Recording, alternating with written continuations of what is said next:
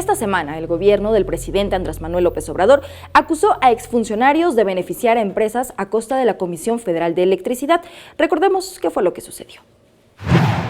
Hace unos días, la Comisión Federal de Electricidad dio a conocer los nombres de exfuncionarios que al concluir sus cargos públicos comenzaron a formar parte de empresas privadas. El acto, aunque no es ilegal, sí es inmoral, aseguró el presidente de México, Andrés Manuel López Obrador. ¿Cómo es posible, repito, que 5 o 6 secretarios de energía pasen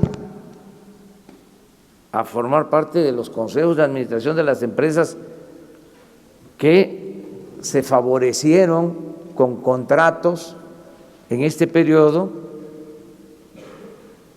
en detrimento de el interés general y para afectar a la Comisión Federal de Electricidad, una empresa pública? Para evitar estas prácticas, informó que mandará una iniciativa de reforma al Congreso de la Unión. En ella se establecerá que en un periodo de 10 años los exfuncionarios no podrán formar parte de empresas.